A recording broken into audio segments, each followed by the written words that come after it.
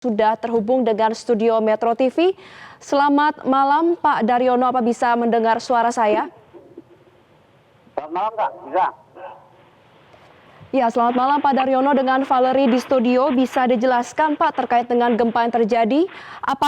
Bagaimana dampak dari gempa saat ini? Kemudian apakah ada korban jiwa dan juga kerusakan yang telah berhasil dikumpulkan saat ini? Iya, jadi hasil monitoring BMKG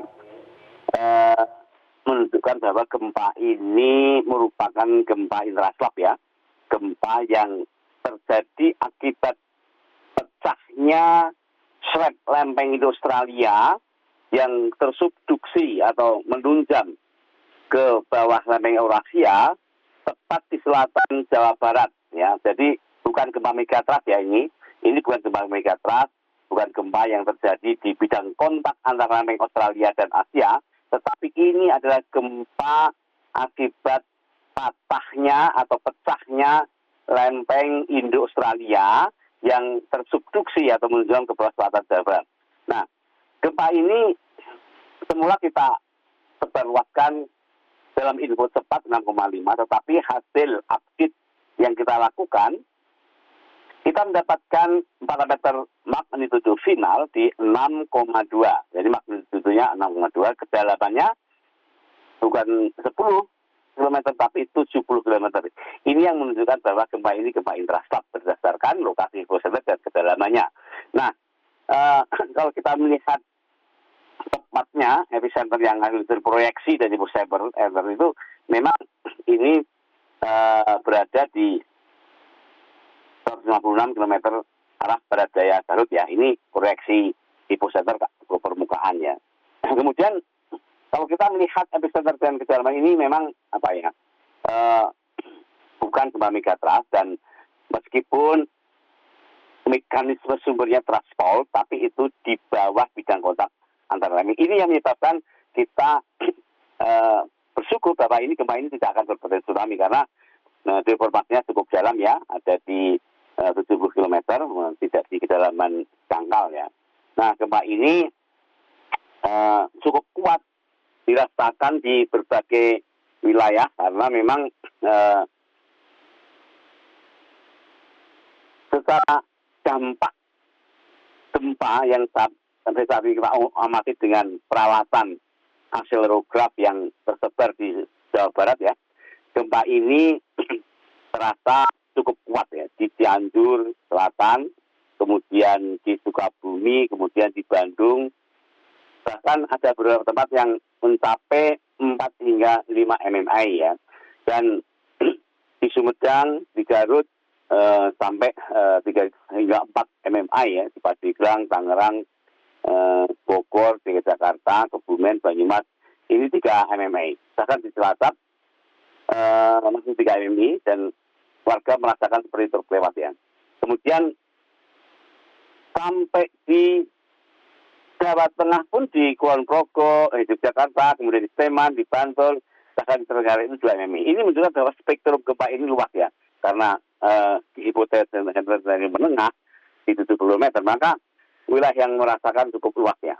Dan kita saat ini masih menunggu laporan dari Badan Penanggulangan Bencana Daerah, apakah ada dampak kerusakan yang ditimbulkan oleh gempa ini, Mbak. Tapi yang pasti hasil monitoring tide gate kita di selatan Jawa Barat tidak menunjukkan adanya anomali muka air laut, bahwa gempa ini tidak berpotensi tsunami, Mbak. Baik Pak Daryono, apakah ada potensi pecahan lempeng lagi yang menyebabkan gempa terjadi, Pak? Nah, kalau kita melihat karakteristik kegempaannya bahwa ini intraslab, memang bisa terjadi gempa susulan, tetapi tidak banyak ya, karena memang karakteristik gempa intraslab itu lack of aftershock ya, jadi miskin gempa susulan karena batuan yang menjadi sumber gempa itu memiliki karakteristik homogen ya, sehingga karakteristik batuannya adalah ductile atau elastis, dan tentu saja karena bukan shallow crustal yang bukan dari batuan sedimen, maka ini kecil kemungkinan terjadi gempa susulan yang signifikan, Mbak. Demikian. Oke Pak, tadi disebutkan tidak ada potensi untuk terjadi gempa susulan yang signifikan. Apakah terkait dengan potensi susulan ini masih mungkin bisa terjadi dan juga dirasakan oleh warga sekitar, karena dilaporkan juga tadi berdasarkan keterangan kontributor, saat ini warga masih menunggu informasi apakah akan ada gempa susulan, mereka masih menanti di depan rumah. Bagaimana himbauan dari BPBD kepada warga yang terdampak gempa? Jadi masyarakat diimbau untuk tenang ya, karena gempa ini cukup dalam di 70 meter dan karakteristiknya memang intraslab ya. Batuannya itu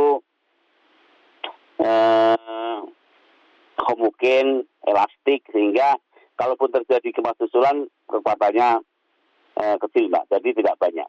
Makanya saya perlu khawatir dengan potensi gempa berikutnya. Terima kasih Mbak. Pak Daryono, bagaimana dengan komunikasi saat ini antara dengan BMKG pusat dengan BMKG di daerah? Apakah komunikasi dapat dilakukan secara baik? Karena biasa salah satu dampak dari gempa adalah komunikasi yang terputus, Pak. Bagaimana komunikasi yang terjalin sejauh ini? Ya, kami pastikan gempa ini dapat kita monitor dengan sangat baik. Sistem komunikasi kita sangat sehat saat terjadi gempa. Sensor-sensor mengirimkan gempa dengan mengirimkan data gempa dengan sangat baik, sehingga di pusat gempa nasional kami bisa mengoperasikan analisis yang lebih cepat dan lebih akurat, Mbak. Oke, Bapak tadi menyebutkan gempa ini cukup kuat, terasa di sejumlah wilayah, tidak hanya di pusat gempa saja, bahkan juga terasa misalnya di Jawa bagian tengah dan juga sekitarnya. Saya akan membahas terkait dengan gempa yang terjadi di pusat gempa, di manakah lokasi yang aman untuk warga menyelamatkan diri pas sejauh ini? Ya. Masyarakat dapat keluar rumah di tempat yang lapang apabila memang terjadi kerusakan, rumahnya sudah rusak, miring atau rusak sebagian, sehingga memang kalau itu terjadi maka masyarakat sebaiknya keluar rumah dan berada di tempat yang lapang atau tempat yang tidak mungkin adanya robohan, runtuhan, barang jatuh, sehingga masyarakat lebih aman. Dan kami pastikan gempa ini tidak terjadi tsunami, sehingga masyarakat tidak perlu mengungsi ke perbukitan ya. Baik, terima kasih Kepala Pusat Gempa Bumi dan Tsunami BMKG Daryono. Disebutkan bahwa gempa bermagnitudo 6,2 yang telah mengguncang Garut tidak berpotensi tsunami dan gempa cukup kuat dapat terasa di sejumlah wilayah termasuk Jakarta dan juga Jawa bagian tengah.